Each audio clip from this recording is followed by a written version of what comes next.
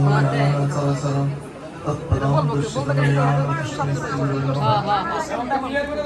ওম অকামতিরন্দস্য গণন্দন শুলকে চক্ষুর্মিলিতজ্ঞানতস্মৃতিস্ত্রীভূমিনমঃ মাঞ্ছাকল্পতরুভ্যশ্চ কৃপা সিন্ধুভ্যেব চ পতিতানাং বৈষ্ণবেভ্যো নমো নমঃ। হে কৃষ্ণ করুণা সিন্ধু দীনবন্ধু জগৎপতে গোপীশ গোপীকান্ত রাধাকান্ত নমস্তুতে। ওম কৃষ্ণায় বাসুদেবায় হরে পরমাত্মনে প্রণত কৃষ্ণাশয় গোবিন্দায় নমো নমঃ। ওম বৃন্দায় তুলসীদেবায় প্রিয়ায় কেশবর্ষস্য বিষ্ণু ভক্তিপ্রদে দেবী সত্যবত্যৈ নমো নমঃ। শ্রীকৃষ্ণ চৈতন্য প্রভু নিত্যানন্দ শ্রী অদ্বৈত গদাধর শ্রীবাসাদি গৌর ভক্তবৃন্দ। হরে কৃষ্ণ কৃষ্ণ কৃষ্ণ হরে হরে হরে রাম রাম রাম হরে। ওম নমো ভগবতে বাসুদেবায় ওম নমো ভগবতে বাসুদেবায় ওম নমো ভগবতে বাসুদেবায়। হরে কৃষ্ণ। আজকে পরীক্ষিত যজ্ঞ উপলক্ষে 7 দিন ব্যাপী আয়োজিত শ্রীমদ্ ভাগবত আলোচনার সর্বশেষ দিন। আপনারা প্রথম 6 দিন অনেক ভালো ভালো পাঠকের পাঠ শুনছেন। আজকে কিন্তু কোনো আলোচ্য বিষয় নাই। আজকে একটাই আলোচ্য বিষয় যে এই 6 দিন অনেক ভালো ভালো পাঠ শুনছেন, আর এই 6 দিন আমার অনেক ত্রুটি ছিল। আমার আজকে এখানে স্থান নিচ্ছে একটাই কারণে যে এই ত্রুটিগুলো থেকে যেন আনুষ্ঠানিকভাবে মাপ চাওয়া যায়, ক্ষমা চাওয়া যায়। এই কারণে আজকে এখানে বসা, এখানে পাঠ করার জন্য না। হ্যাঁ, আর আরেকটা কথা, যতই সাউন্ড ভালো করতে বলুন, সাউন্ড ভালো যতই করুক, আমার নিজের সাউন্ড তো ভালো না, হবে না, কারণ অসুস্থ। এক লোক চশমা কিনতে গেছে, বুঝছেন? চশমা কিনতে যে যতই গ্লাস চেঞ্জ করে, কিন্তু এই লোক পড়তে পারে না। তো ভাই আমি তো পড়তে পারতেছি না। পরে শেষে জানা গেল যে এই লোকটা আসলে লেখাপড়াই জানে না, কাজে যতই গ্লাস চেঞ্জ করতে না কাজ হবে না। আজকে আমি এমনি অসুস্থ, কণ্ঠ বসা, যতই চেঞ্জ করুন কাজ হবে না।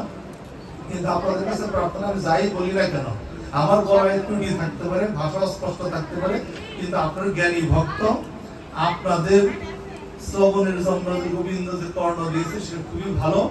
অর্থাৎ আমি যাই ডেলিভারি দিই না কেন, আপনাদের কাছে সেটা ভালো লাগবে এবং সেটা আপনারা যে গ্রহণ করবেন এবং বুঝে নিতে পারবেন, এই বিশ্বাস আমার আছে। আমরা প্রথম 6 দিন আসলে এই পরীক্ষিত যজ্ঞের যে নিয়ম, সেটা হচ্ছে রাধা অষ্টমীর দিন অধিবাস করতে হয়। এর পরবর্তী 7 দিন এক নাগারে শ্রীমদ্ ভাগবত আলোচনা করতে হয়। এটা হলো নিয়ম। এই নিয়মটা কেন আসছে আমরা সেটা প্রথম দিনই শুনছি, যে পরীক্ষিত মহারাজ মৃগয়ায়, যে পরীক্ষিত কে ছিলেন? পরীক্ষিত ছিলেন অর্জুনের কি হয়, অর্জুনের নাতি, তাই হয় না? সে রাজা ছিলেন, তিনি ছিলেন পাণ্ডবদের সর্বশেষ বংশধর ছিলেন পরীক্ষিত। কুরুক্ষেত্রের যুদ্ধের পরে পাণ্ডবরা 36 বছর রাজত্ব করছিল। তারপরে এই পরীক্ষিতকে যখন দায়িত্ব দেয়, যখন পরীক্ষিত 24 বছর যখন রাজ্য পরিচালনা করে, 24 বছর শেষে এই বয়সে তিনি যে কি করছিলেন, মৃগয়ায় যায়। তার মৃগয়া এমন ছিল যে তার আঘাতপ্রাপ্ত কোনো হরিণ পালিয়ে যেতে পারত না, নিশ্চিত মৃত্যু। কিন্তু ওই দিন ওই হরিণটা দেখা গেল যে মারা পায় নাই, দৌড়িয়ে ক্রমশ গভীরে চলে গেছিল। যাইতে যাইতে মুনির আশ্রমে চলে যায়। আমরা জানি সে সৌমিক মুনির আশ্রমে যায়। সেখানে যাওয়ার পরে ওই সময় মুনি মানে কথা বলবো না, নীরব ব্রত পালন করতেছিল, যে কোনো অবস্থাতেই যতই তাকে আপনি প্রসাদ দেন না কেন, যতই তাকে টাকাটাকি করেন, যতই বিপদ হোক, সে মৌন ব্রত, অর্থাৎ নীরব থাকবে, কথা বলবে না, এইরকম ব্রত পালন করতেছিল।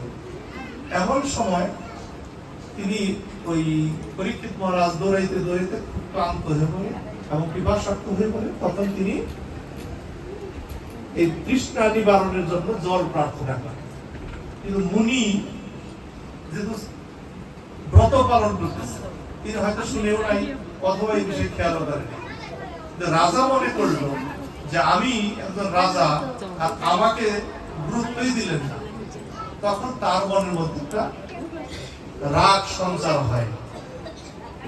আচ্ছা, আমরা একটু শ্রবণ করি, একটু রাগ সঞ্চার হয়, কিন্তু তার ইতিহাসে কখনো এরকম আচরণ তিনি করেন নাই।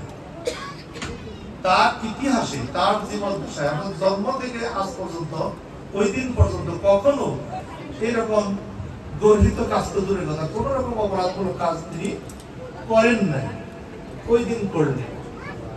এখানে শাস্ত্রকাররা চিন্তা করে দেখলেন যে পরীক্ষিত জীবনে কখনো এইরকম অপরাধ করে নাই, আজকে হঠাৎ করে কেন করলো? যেমন আমাদের দেশে কেউ চুরি করলে সরাসরি তার শাস্তি দেয় বিচারকরা। পৃথিবীর অনেক দেশ আছে যেখানে সরাসরি শাস্তি দেয় না।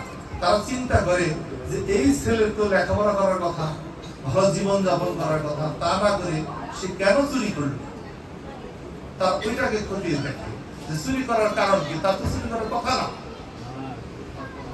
আমাদের দেশের পরিস্থিতি তো ওইটা চিন্তা করে না। কিন্তু এই জায়গায় শাস্ত্রকাররা চিন্তা করে যে পরীক্ষিত মহারাজ জীবনে কখনো কোনো ধরনের অপরাধ করেন নাই, তিনি আজকে কেন এরকম একটা অপরাধ করলেন? এটা তো নর্মাল কাজ না। আমাদের মধ্যে এমন কেউ নাই যে হঠাৎ করে একজন লোক ধ্যানে বসে আছে, একটা মরা সাপ তার গলায় ঝুলিয়ে দেবো, এরকম আছে? এরকম নাই। পরীক্ষিত রাজার মতো রাজা তিনি এই কাজ কেন করলেন? তিনি রাজ দরবারে ফিরে গেলেন, তখন তিনি নিজেও এটা চিন্তা করলেন যে আমার দ্বারা আজকে কেন এমন অপরাধ সংঘটিত। তখন তিনি দেখলেন যে তার দাদা অর্জুন এক দুশ্চরিত্র খারাপ এক রাজাকে পরাজিত করে তার অনেক সুন্দর একটা মুকুট ছিল, সেই মুকুটটা তিনি বাড়িতে নিয়ে আসতেন, মানে রাজদরবার নিয়ে আসতেন, রেখে দিচ্ছেন। এখন আমাদের পরিবারেও যদি দেখবেন যে অনেক সময় বিখ্যাত বা ভালো কোনো জিনিস যদি পরিবারে থেকে থাকে, তখন আমাদের শখ করে দেয় না, গলায় দেয়, মাথায় দেয়, বা হাতে নিয়ে যায়, বা কেউ চালাইতে যায়। ওই পরীক্ষিত করছিলেন কি, ওই দিন বিজয়ে যাওয়ার সময় ওই মুকুটটা মাথায় দিয়ে গেছে। তখন চিন্তা করলেন যে আজকে নিশ্চয়ই ওই মুকুটের জন্য আজকে আমার এই অপরাধ। সমাজেও দেখবেন এই যে আমরা এখানে কত সুন্দর ভাবে বসে আছি, এখন যদি কারোর সাথে একটা পিস্তল থাকে, সে কারণে বুঝতে পারবো এই পিস্তলের কারণে তার শরীর গরম গরম। ওই দিন ওই যে মুকুটে খারাপ লোকের, একজন খারাপ রাজা, দুশ্চরিত্র রাজা একটা ই ছিল, মুকুট ছিল তার মাথায়, এই কারণে তার মধ্যে একটা কুবুদ্ধি চলে আসছে। এই পরীক্ষার জগৎ থেকে কিন্তু আমরা আরো কিছু শিখতে পারি। সেটা হলো সারা জীবন ভালো থাকলাম, ছোট্ট একটু ভুলের জন্য কত বড় ঘটনা ঘটে গেল। আমাদের জীবনে এরকম আছে, দেখা গেল যে আমি সারা জীবন ভালো আচরণ করলাম একজন লোকের সাথে, হঠাৎ করে একটা আচরণ এমন করলাম যে আচরণের জন্য সারা জীবনের জন্য সেগুলো ভুলে যাবে। আমি আগে টিউশনি করতাম, প্রতিভা নামক একটা মেয়েকে পড়াইতাম, ক্লাস 5-এ পড়তো। ও এত সুন্দর লিখতো, হাতের লেখা সুন্দর, আর কোনো ভুল করতো না। 15-র মধ্যে তাকে আমি একটা রচনা লিখতে দিয়েছি। রচনাটার নাম ছিল মাতা পিতার প্রতি কর্তব্য। রচনা সুন্দর লিখছে, কোথাও কলম ধরা জায়গা নেই, একটা ভুল করছে, আমি 0 দিয়ে দিচ্ছি। এই মেয়েটা খুব কাঁদতেছে, আমাকে যে প্রশ্ন করবে যে স্যার আমার কি এমন ভুল হলো যে 15-র মধ্যে আমি 0 পেলাম, এই প্রশ্ন করার সাহস তার নেই, সে খুব কাঁদতেছে। কয়েক মিনিট পরে আমি বললাম যে তুমি এমন একটা ভুল করছো, তোমার তো আমি 0 দিচ্ছি, 0 হয় না। স্যার কেন? আমি বললাম যে তুমি পড়ে দেখো।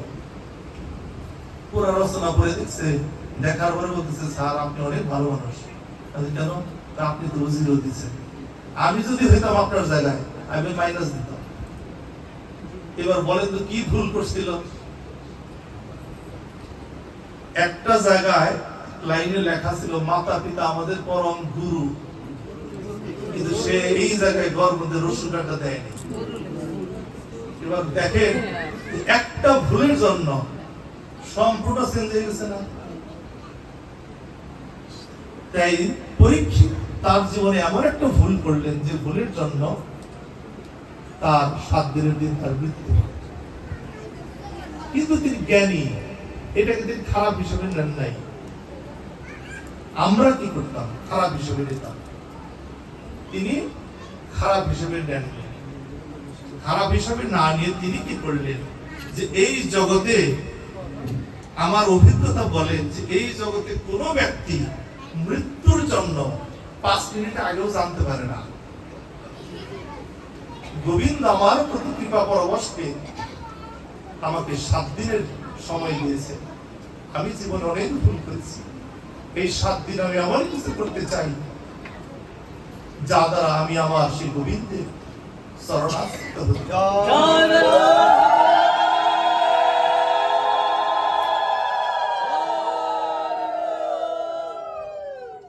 তিনি কি করলেন? আমাদের দেখবেন আমাদের যেমন ভালো বন্ধু আছে, কিছু খারাপ বন্ধু আছে। অনেক বন্ধু আছে ভালো বুদ্ধি দেয়, অনেক বন্ধু আছে খারাপ বুদ্ধি দেয়। এই রাজারও এরকম ছিল। কেউ কেউ বলতেছে, হে রাজা, আমরা আপনাকে এমন ভাবে রাখবো যাতে ওই তক্ষক এসে দংশন করতে না পারে। আমরা এমন পাহারা বসাবো, তক্ষক তো দূরের কথা, একটু পিঁপড়া আসতে পারবে না, আপনি নিশ্চিন্ত থাকুন। রাজা বললেন যে না, গোবিন্দ আমাকে যে কৃপা করেছে, আমি 7 দিন সময় পেয়েছি, এই 7 দিন আমি নষ্ট করতে চাচ্ছি না। আমি এই 7 দিন একমাত্র আমার ভগবানের, আমার গোবিন্দের আমি নাম কীর্তন শ্রবণ করবো, তার গুণগান শ্রবণ করবো, আর আমি আমার এই সংসারে থাকবো না। তোমরা ব্যবস্থা করো, আমার পুত্রকে এই রাজ্যভার অর্পণ করে আমি এখন এই মুহূর্তে চলে যাব। তখন তার পুত্র জন্মেজয়কে রাজত্ব দিয়ে তিনি গঙ্গার তীরে প্রায় অবসরে বসেন। এক ফোঁটা জল স্পর্শ করবেন না এমন একটা বসে। তখন হাজার হাজার মুনি ঋষি, বিভিন্ন রাজা, বিভিন্ন পদ, বিভিন্ন লোকের উপস্থিতি হয়। এমন সময় সেখানে আমার দাদা সুন্দর ব্যাখ্যা করে গেছে, সুখদেব মুনি সুখদেব এসে হাজির হন। তাকে দেখে উপস্থিত যত মুনি ঋষি যারা যাইছিলেন, রাজন্যবর্গ যাইছিলেন, এখানে সবাই দাঁড়িয়ে তাকে সম্মান জানান। সুখদেব পরীক্ষিতকে জিজ্ঞাসা করে, হে রাজন, তোমার আয়ুতে 7 দিন,